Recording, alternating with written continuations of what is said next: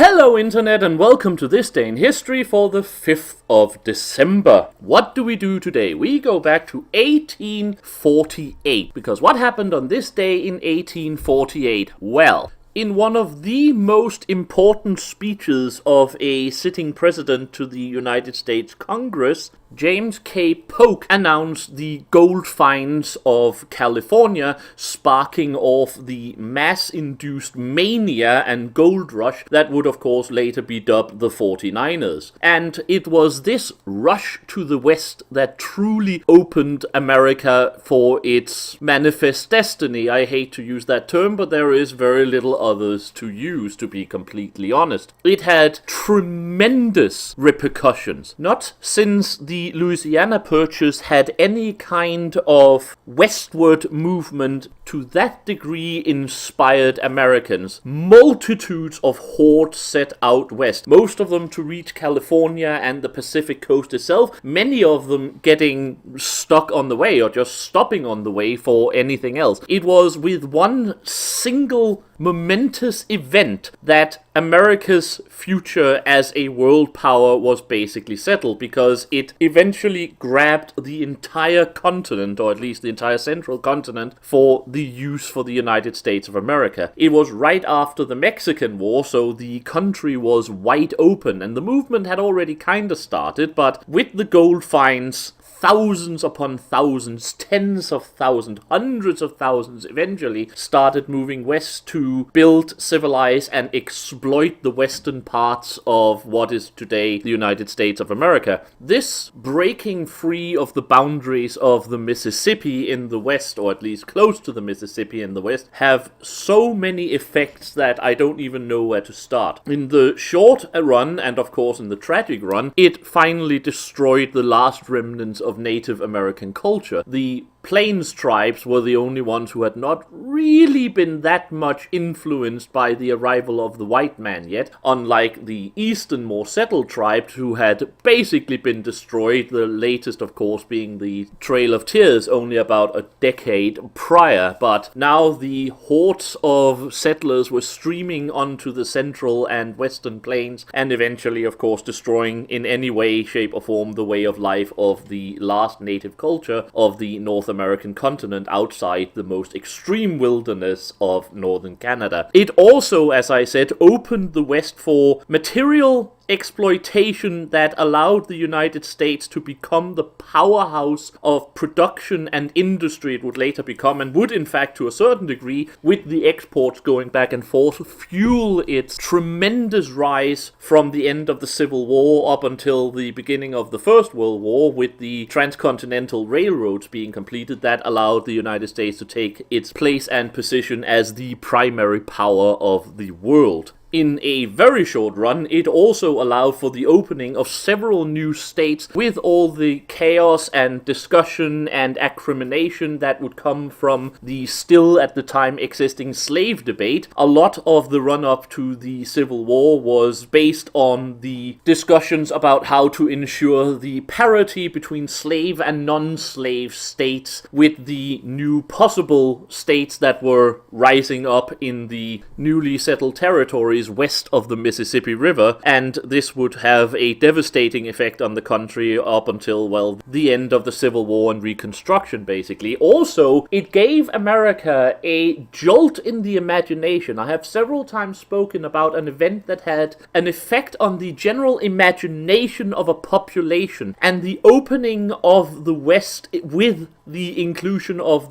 first the gold rush, but later just the settling of the Great Plains, have of course given the American psyche a jolt. It's still actually to a certain degree being affected by 160 odd some years later. The great western stories of cowboys and Indians and train robbers and so on would have been completely impossible if it hadn't been for this opening of the West. Now, I am sure this opening would eventually have happened anyway. The idea of manifest destiny and just the rise of the population of a very industrious race rates in America would have precluded anything else, but it might have happened in smaller stages that would have allowed civilization to make the jump rather than the immense leap that it had otherwise done. You know, smaller jumps rather than a mile-long leap. And of course, if nothing else, it was the one thing that propelled California from some mindless backwater that people had perhaps only heard about into probably the most important state in the Union, as it would eventually become due to manpower, money, imagination, and of course eventually the movie industry, which you cannot underestimate as a cultural carrier. But yes, in the end, all of this sprung from the speech James K. Polk made to the House of Representatives this day in history on the 5th of December, the California gold finds in the beginning of the 1849 gold rush. I hope this has been of interest to you. Until next time, I have been the Sage, and I wish you all a very happy day.